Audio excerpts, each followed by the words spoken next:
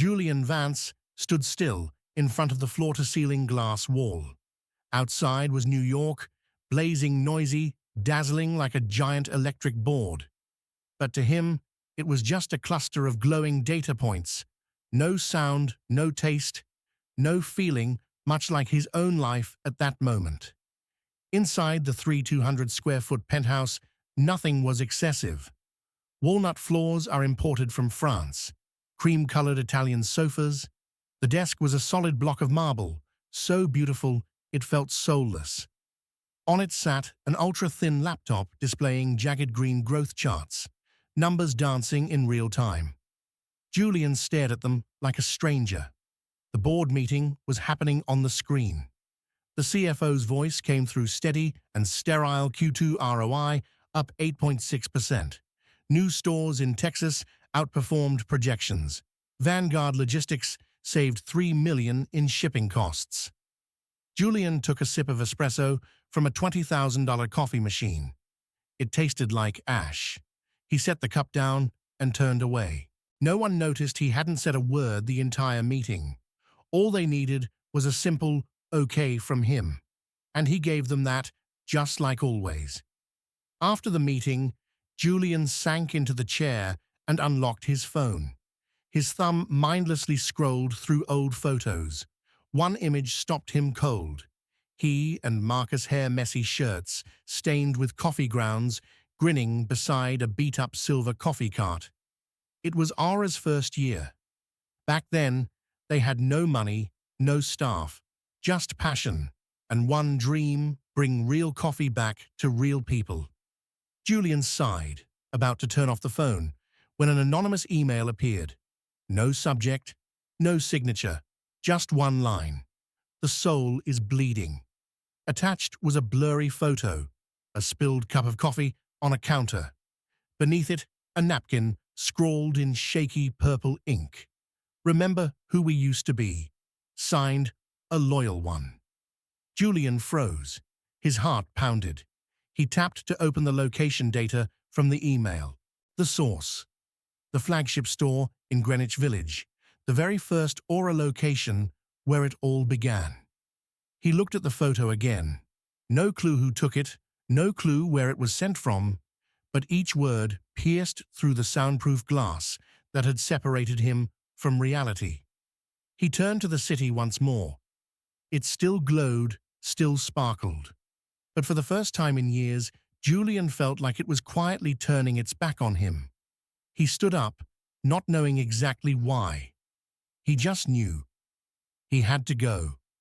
The next morning, a strange man appeared at Aura Coffee's flagship store in Greenwich Village.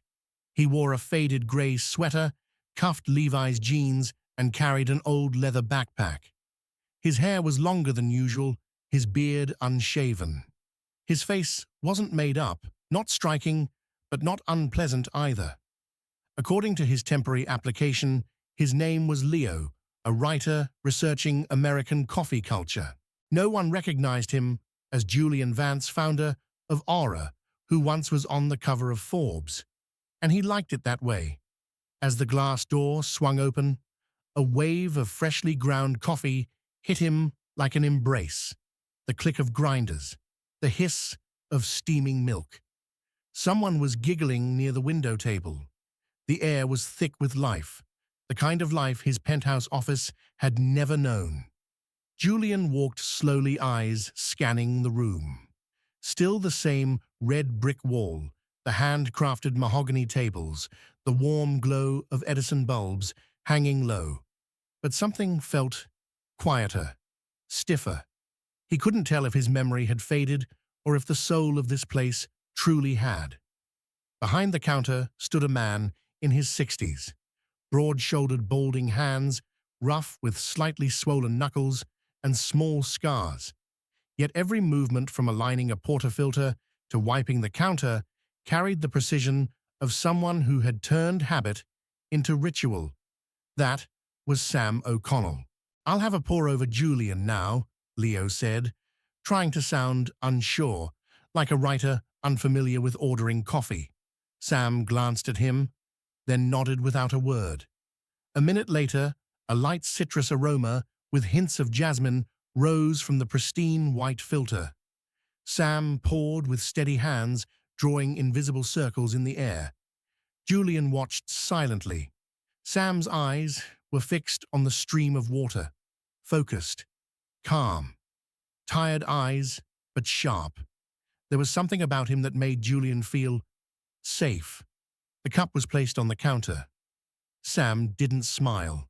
He simply asked, "What are you writing about coffee shops?" Julian replied. "And the people who keep their soul alive."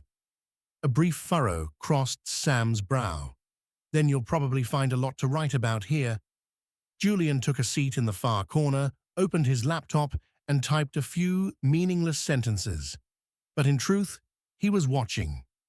He noticed the baristas tensing up during shift changes. A regular complaint was that the coffee didn't taste like it used to.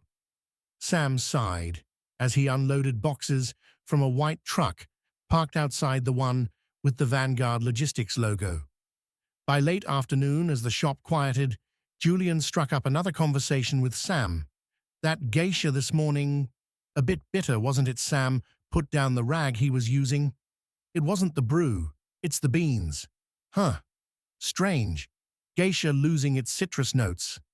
Sam looked at him, eyes half suspicious, half intrigued. "You seem to know more about coffee than your average writer." A beat of silence.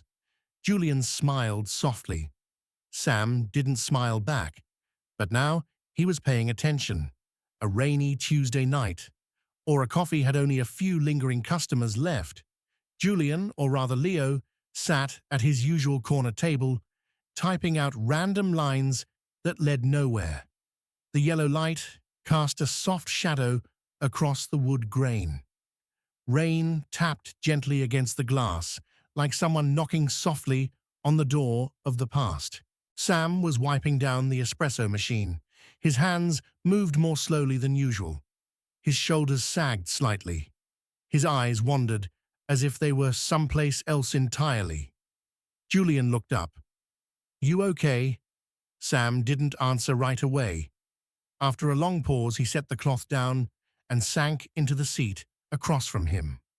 Gone was the calm, collected barista. Gone was the spotless apron. What remained was a man exhausted and on the verge of breaking. "What do you know about Vanguard?" Sam's voice was raspy. Julian sat up straighter. "I know they're the new distributor." Sam gave a dry laugh. "They're not just shipping products, they're pumping the worst into Aura's bloodstream." From his shirt pocket, he pulled out a small packet. Coffee beans darker than usual with a pungent smell. "This is what they sent this week. Not geisha. No origin listed. No certifications." Julian held the beans close to his nose. No citrus. No floral notes. Just a flat, stale scent, like damp paper. "But why?" Julian asked. Sam looked him dead in the eye. "Profit, or something worse." He leaned back, gaze drifting towards something far beyond the room. "At first, I thought it was just a mistake. But then, I found mislabeled shipments. Every time I filed a report, they sent a new rep, a new excuse. And then..." He pulled a crumpled paper from his wallet and laid it on the table. "My wife, Mary. She's in her third round of chemo. The doctor recommended Keytruda and immunotherapy. Expensive, but there's hope." Julian scanned the document. Chilling phrases jumped off the page. "Not deemed medically necessary. Claim denied. New Aura insurance policy managed by Vanguard Health Division." "We can't afford the next round of treatment," Sam whispered. "I've worked here since day one. I brewed the very first cup of coffee for Julian Vance. I believed in this dream. But now, they're killing my wife with fine print and rubber stamps." Julian clenched his fists. The coffee on his tongue suddenly tasted like something bitterer than ash, like poison. "Sam..." Julian started to say something, but the words caught in his throat. Sam only shook his head. "I don't need comfort. I need you to write. Write the truth. Don't let this place die in silence. A heavy silence settled between the two men. Outside, the rain picked up, but inside the cafe, what was falling were torn pieces of a broken soul. That night, Julian didn't return to the modest rental apartment he used while posing as Leo. He went straight to the Mercer Hotel in Soho, where the security system was good enough to keep all prying eyes away. The door shut behind him. He didn't turn on the lights. Standing in the dark, he stared at his laptop. Just a few clicks. His name, his credentials, the internal investigative network of the Vance Corporation, something no one outside the senior executive board even knew existed. His hand trembled slightly, not from fear, from rage, rage at himself. He should have known. He should have dug deeper instead of brushing off those operational optimization strategies pitched by the partner division. But he'd been too busy chasing charts, too busy sitting atop the tower to remember the most important things always start on the ground floor. He opened the first file. Shipping manifests from Vanguard Logistics, a comparison of actual shipments versus contracts, discrepancies in nearly every single order. The total mismatch, 2.4 million. Next, the insurance division report. A temporary administrative transition 6 months ago, buried beneath layers of obscure sub-clauses. The entity overseeing the new policy's Vanguard Health Division. Julian leaned back in the chair, inhaled deeply, closed his eyes. One name echoed in his mind like a hammer blow: Marcus Thorne. He pulled up Vanguard's ownership files. A tangle of legal structures appeared: a parent company in Delaware, multiple trusts, and shadowy investment arms. But then, one subsidiary, Thorne Holdings LLC. Legal representative Marcus W. Thorne. Julian's chest tightened. The room suddenly felt smaller. This wasn't about numbers anymore. It wasn't about policy. It was personal. It was someone he once loved, like a brother now tightening a noose around his neck. And the companies from the shadows. 10 years ago, their first coffee cart, rusted, but beautiful in the way only poor men's dreams could be. Julian and Marcus had scrubbed off every oil stain together, tested every roast of El Salvador Arabica together. They'd slept in the cart that first summer, used cardboard boxes as chairs, and played jazz on a battered Bluetooth speaker. "I swear to you," Marcus once said, sitting on the roof of the cart late at night, "we're going to build a place where people feel like they belong." Julian had laughed, "and serve a cup of geisha better than any 5-star restaurant." But then, 3 years later, on the 47th floor, two men, hair now neatly styled, voices colder, stood across from each other. "Julian, you're being reckless. One more bad call and we're bankrupt." Marcus' voice strained. "You're killing its soul for the sake of your numbers." Julian slid the termination contract across the table. "I don't have a choice. If we want the company to survive, you have to go." "No," Marcus said, standing with bloodshot eyes. "You don't want it to survive. You want it to live without me." The door shut behind Marcus, and Julian thought he had locked the past away for good. But now it was back, with the blade pointed straight at his heart. 3 days later. Aura Coffee, Greenwich Village. No warning, no notice. 4 men in grey suits walked in at noon, right at the busiest hour. One held a clipboard, the other 3 silently split up, checking corners, snapping photos, and taking notes. "Internal audit," the first one said flatly. "Surprise compliance review. No prior notice required." Sam stood behind the counter, squinting. Julian still playing. Leo sat at his usual corner table and felt the atmosphere shift, like the temperature had suddenly dropped 10 degrees. None of the 4 ordered a single cup. They opened refrigerators, sifted through paperwork, and asked the staff oddly specific questions. Where's the receiving contract from 5 months ago? Did you verify the Ethiopian bean batch code? Did you sign off on this delivery slip? Sam answered one question at a time. His hands didn't tremble, but his eyes were beginning to show the wear. Julian tightened his grip on his cup. This wasn't an audit. It was an execution, a trap, and Sam was at the center of it. 3 hours later, the small office is in the back of the shop. No more customers, no more scent of coffee. Just Sam sitting alone amid a mess of scattered documents. Sweat glistened on his forehead. His hands trembled as he clutched the phone. Julian stood outside the door, peering through the crack.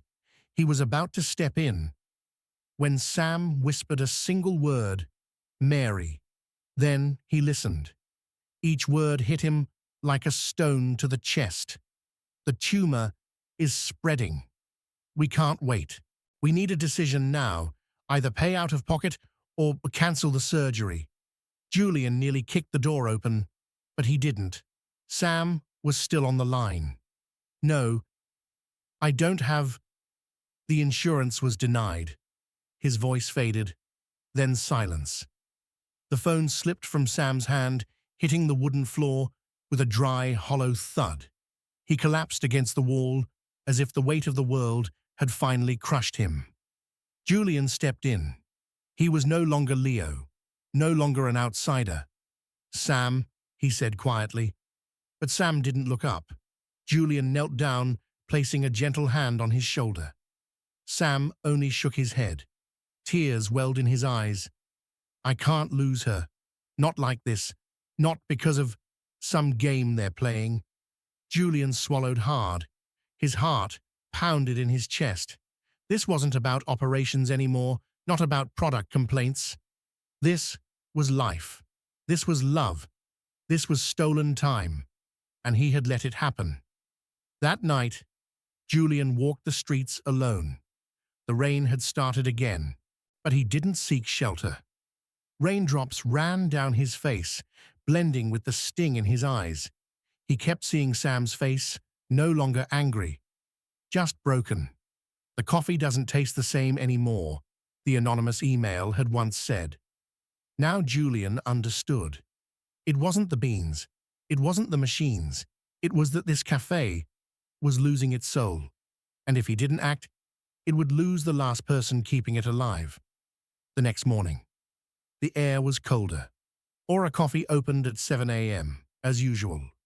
But today, no one smiled. No one greeted anyone. Sam was there, but silent as a shadow.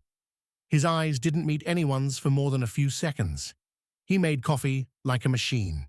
No ritual, no soul. Julian, still in the role of Leo, stood watching from the corner, fists clenched in the pockets of his coat. He couldn't take it anymore. It was time. Noon. The manager's office is behind the counter. The auditors returned. This time, they came with official orders. A full list of internal standard violations, every single one caused by the supply system. But the name is held accountable: Samuel O'Connell. "We are issuing a temporary suspension," the lead auditor announced coldly, effective immediately. Sam didn't say a word. He just stared at the paper, his eyes hollow, as if something inside him had just been pierced.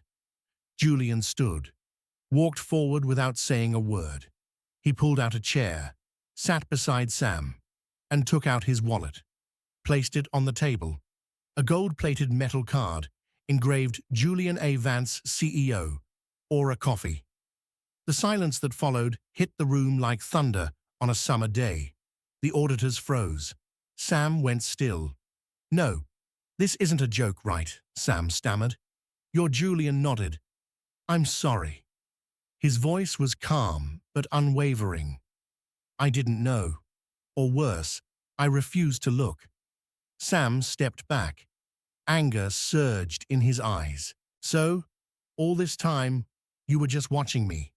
A field test?" Another CEO stunt. Julian shook his head. "No, it wasn't like that. I came here because I didn't recognize my own company anymore, but now I do. I've let it fall into the hands of someone who can kill not just a brand, but a human being. He pulled out his phone, dialed, put it on speaker.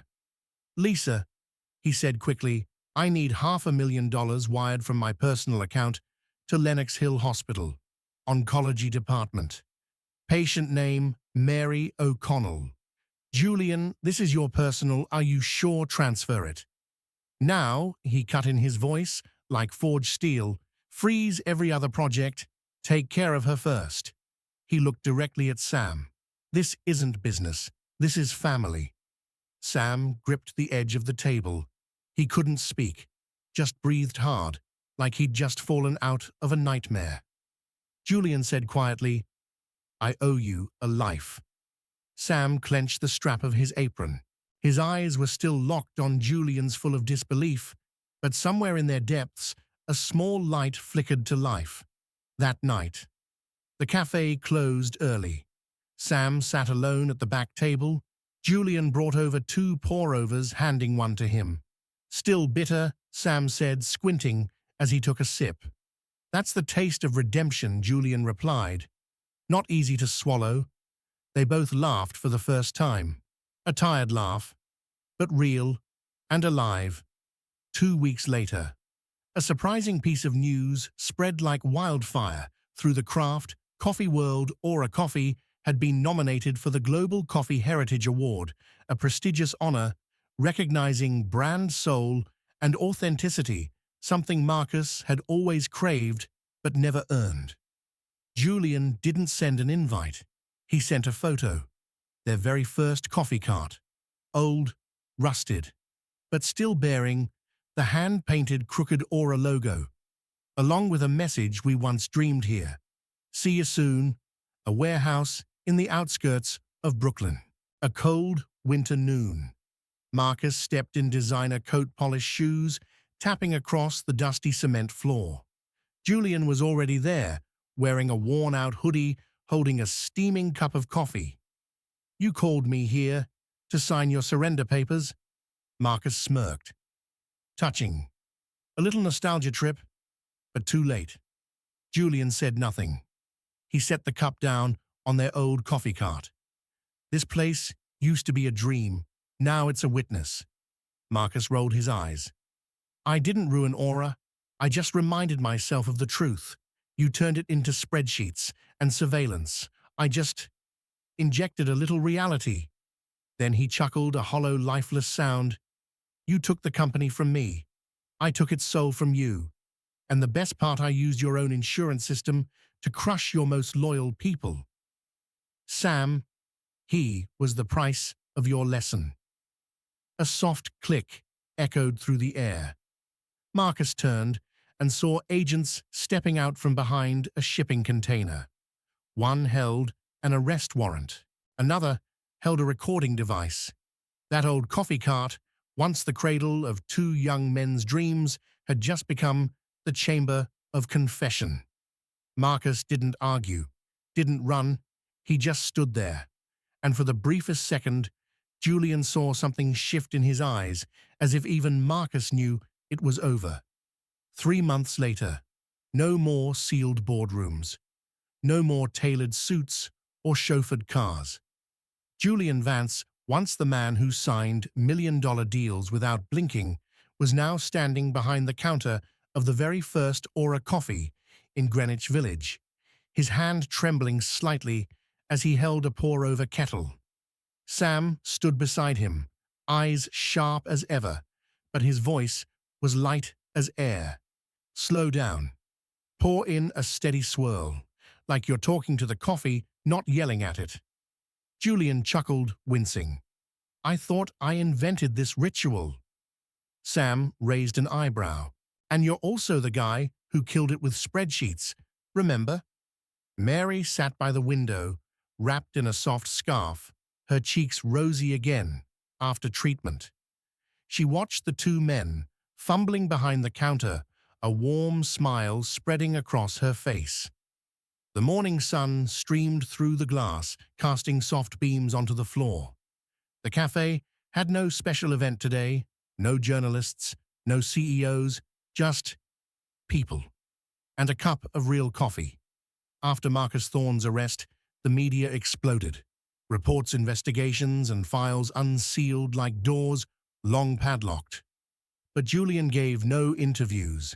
Instead, he announced one thing: the O'Connell Legacy Fund, a comprehensive support program for Aura employees and their families, including full healthcare emergency grants and even college scholarships for their children. In an internal email, Julian wrote, "I can't change the past, but I can make sure no one ever has to choose between their family and a paycheck." One Saturday morning, as Julian was about to hand a cup of coffee to a customer, Sam placed a hand on his shoulder. "Wait, you forgetting something?" Julian frowned. Sam pointed toward the little timer on the shelf. "Still blooming. You can't rush what's real." Julian looked up. A quiet beat. Then he nodded, smiling softly. "I finally get that now." Outside, the street buzzed as usual. But inside, Aura, something had changed. Not the coffee, not the light, but a man who had once lost himself in fortune and fame was now rediscovering life. In every cup, in every breath. If you believe stories of compassion, redemption, and humanity still deserve to be told, like this video, subscribe to Toch Story, and share to spread something good. The journey may have ended, but the aftertaste will linger.